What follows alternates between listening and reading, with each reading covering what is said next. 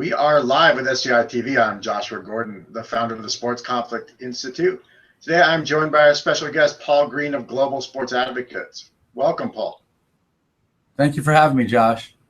So, Paul, you're our resident legal expert here at SCI, and today we're going to take on the topic of Title IX, not from a broad historical perspective, but really what are some of the current issues that are going on. And I think folks aren't always up to speed on where we're at with that. So maybe you could give us a little background into how we got to where we are, just enough to set the stage for our current topic. Sure, Josh. Well, historically, people are familiar with Title IX from the perspective of how it gave women's rights in the athletic arena and provided for equal opportunity on the basis of gender. But more recently, Title IX is becoming a heavily litigated area when it comes to sexual harassment, sexual assault on campus. It was an area of Title IX that was recognized by the United States Supreme Court about 10 to 15 years ago. And ever since, it's an increasingly hot area of the law in the sense that there are a lot more reports of assault on campus. And now universities really need to be aware of how to handle these situations when they arise. You just gave a talk on this at the Sports Lawyers Association as well, correct? I didn't directly give the talk, but I was certainly there and heard it was given. I gave a talk on doping, to just be clear, but I was there for the Title IX talk, and it was very enlightening. Great. So I know a lot of administrators are really concerned with how to get ahead of some of this, and they're trying to figure out, obviously, with sexual assault being a major issue on college campuses, and then the high-profile nature of athletic programs, trying to figure out what they can do. Can you give a little bit of at least a layout of what are some of the major concerns that they should be aware of? Well, the legal standard says that that a university could be liable for a situation involving a sexual assault on campus if there was somebody who was in essentially a leadership position who had actual knowledge that there was a sexual predator on campus and was deliberately indifferent to that person, meaning they allowed them to remain on campus essentially, and therefore led to the assault that eventually happened against that student. So what really today, the best way university can get out ahead of this is to have a policy in place where they can anticipate that this kind of thing will happen. And then when it does, they're prepared. So identifying, what these things mean in terms of terms that student athletes can understand, doing training to explain to them that these situations might occur. And then if they do get wind of somebody on campus who has been a sexual offender in the past or somebody who might be a risk to student athletes, they certainly need to address that and make sure that that person doesn't remain on campus. So what makes it so complex? Because I know in theory that sounds fairly simple. You get out in front of it, look at some of the victims' rights and what we need to do and make sure that you're not supporting someone who's an offender in any way. Why is this becoming such a complex issue for campuses? Well, the first part is that it's not just teacher to student, it's also peer to peer. So you could have a student athlete on campus that assaults another student athlete, and then that also could make the university liable in a more recently recognized part of the Title IX jurisprudence. The peer to peer harassment is now also an area that a school could be liable. So it's not always so obvious, maybe at first, and schools aren't always equipped to be on top of every student and every professor on the campus. Human resources departments aren't that large, and sometimes these things slip through the cracks. So it's best to hire lawyers and be out on top and be in front of it, because if you don't, you can end up really, really paying for it on the back end. What about from a culture standpoint? Is there some liability if there is essentially a culture that creates an environment that supports some of this behavior, right? Whether it's hazing or traditions or anything else that might be going on that has roots in the past, but maybe in the current mode, it's actually creating an environment that supports some of this behavior.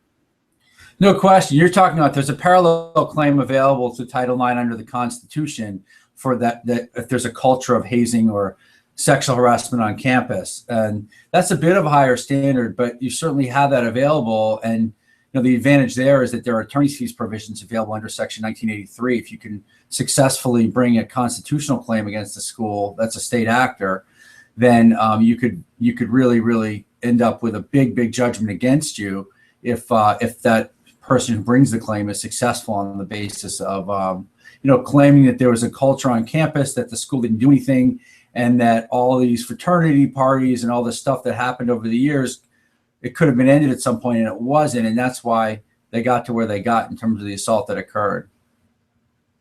Now, is that something that we're finding in athletic departments as well, or is that not? Is that been mostly in Greek life or some of the other student groups?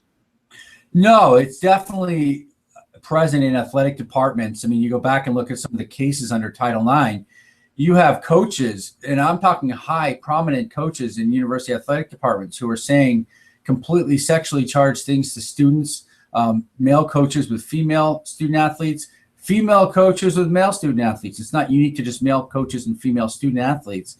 And they say and do stuff talking about sex life openly with 18, 19-year-old kids, and the schools don't do anything about it because maybe those coaches are winning a lot, or they just think it was a joke, or who knows what the reason is. But those things are obviously unacceptable in today's day and age. And even if they were acceptable 15 or 20 years ago in a school setting, they're not acceptable today. So you mentioned coaches and their behavior. How proactive do athletic directors need to be on this? Is it, if they're simply not aware of it, are they okay, or do they have to be fairly proactive in ensuring that there's a healthy climate there? No, again, they can't just cry ignorance and say, "Oh, we had no idea." I mean, if the warning signs are there, if you have 10 students that are going to come forward and say everybody in the athletic department knew, and if the athletic director didn't know, they were just clueless, that indifference is enough to have the school on the hook for liability. It's not simply to just basically hold up our hands and say we had no idea. That doesn't work. And now I imagine for victims, it's very hard to come forward and feel particularly safe. What are some of the structural mechanisms that a university can do to create an environment that does allow whistleblowers to come forward if there's concerns around some of these Title IX issues?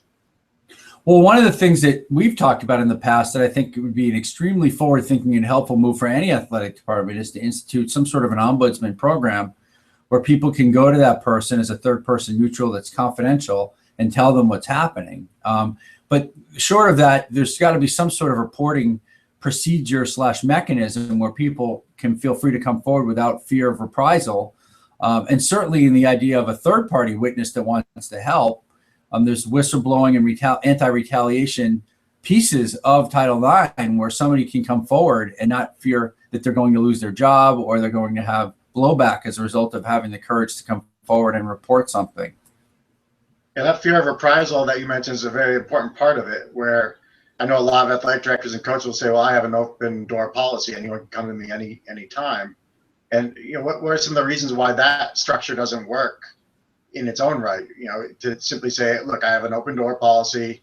Any of my student athletes can come and talk to me if they have concern about anything at any point in time. Why is that not enough?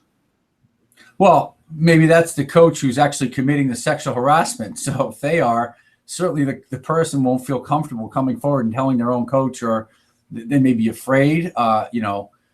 They may be afraid to tell that coach because they're fear of losing their spot on the team, fear of losing their scholarship, fear of losing their spot in the school. I mean, these are high stakes things for these students who are relatively young. I mean, I'm now old, but I look back and think the people in college are basically still children. And, I don't mean that in a pejorative sense. I mean, in the sense that they're very vulnerable, and, they need to be treated and understood that that's the way it is. And it's hard to come forward and tell something to a coach you may not trust completely, to keep that information in confidence. And often there's a lot in the line with scholarships and playing time and all these other things that have brought someone to the campus to begin with too. Right. I mean, why would the student athlete is not going to want to go and tell the coach something that might affect their ability to stay in the school? That's certainly not going to happen. So they'll just keep it to themselves if they're afraid that telling somebody will end up having negative consequences on them instead of a positive situation. And it could be a very high-profile athlete in the school who committed the assault or is alleged to have committed it. And then you have a very uncomfortable situation where you don't know where the school's going to turn and how they're going to take it. So, Paul, what about for coaches? How proactive do they need to be in vetting folks that they're either recruiting to come, as freshmen onto campus or transfers? What is that due diligence that they're required to do to make sure that they're not bringing people with a history of bad behavior on campus? Or if they are people with a history of bad behavior, what are some of the safety mechanisms that need to be in place? Well, I mean, I heard one time somebody say some of the best hires were the ones I never made in the employment sense. And I think you could say the same thing if you're a coach in terms of recruiting. Just because you have somebody who's a drop dead recruit in terms of their tools on the field doesn't mean they're going to be an asset to your program if they come in and they're a nightmare for you. And, you know, if they have a history of assaulting women and they're, you know, barely eligible and other things, and there are warning signs there, maybe it's best to not take that student on, because they may end up later subjecting that coach and that university to liability based on the behavior and the fact that they should have known better as they recruited that person on campus. And there have been cases where that has been alleged, where the school recruited this person and that was deliberate indifference to having actual knowledge of this person being a sexual predator based on their past record.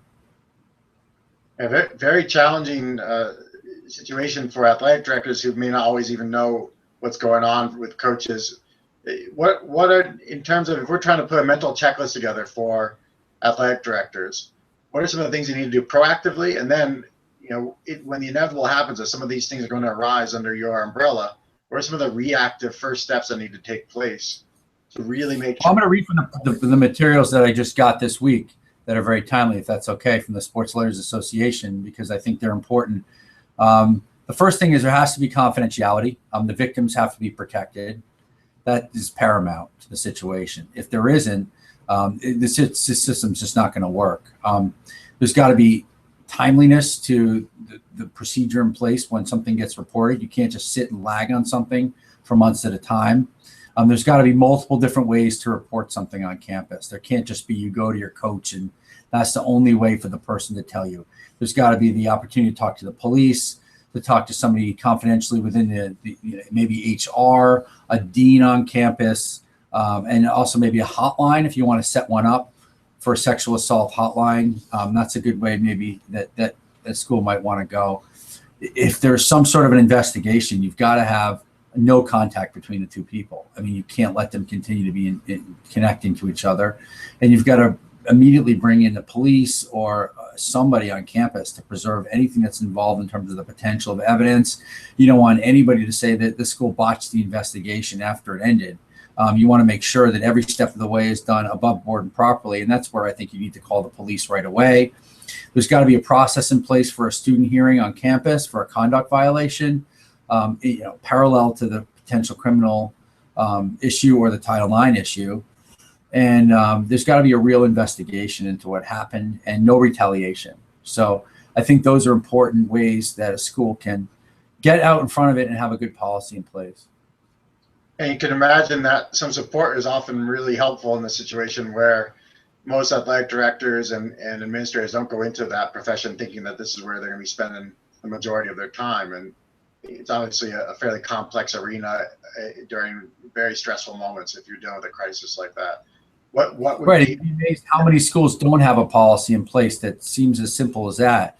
They just don't have it in place, at least in a sufficient manner, to understand. Maybe it's on a piece of paper, but they don't have a game plan in place, or they don't practice what would happen if that occurred. They don't have a run through to actually, put that onto practice. And it's not so easy when you have that high stakes emotional situation to make sure that everything's done properly. Do you have a sense of the prevalence of this? I think sometimes athletic directors just figure, well, I recognize that happens, but it won't happen under my watch, under my roof, right? And so do you have a sense at least to give a scale of how often this is happening? I think it's happening very often on college campuses throughout the country.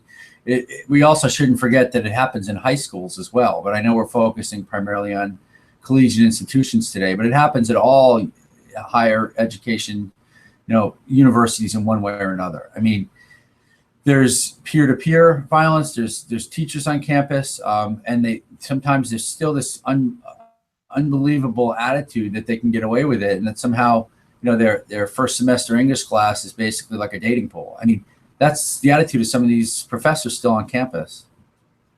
That's crazy. Any final thoughts on this topic as we wrap up our conversation today? Well, it's an very quickly, but ever growing area of the law where it's a very sensitive area where if a school doesn't handle it properly, they're going to regret it afterwards. So I would encourage all schools to hire someone to have a plan in place so that when this happens, they can call somebody to come in and handle the situation for them, or implement it for them, or help them implement it themselves. Because you only get one shot, and if you do it wrong, it's going to come back to bite you later. Great advice, and certainly a number of athletic directors should be taking heed on this as well. Maybe that's somebody calling you right now. Look how quickly the message gets out there on live TV. This is unbelievable. Yeah. And ways folks can follow you as they want to continue to hear your words of wisdom.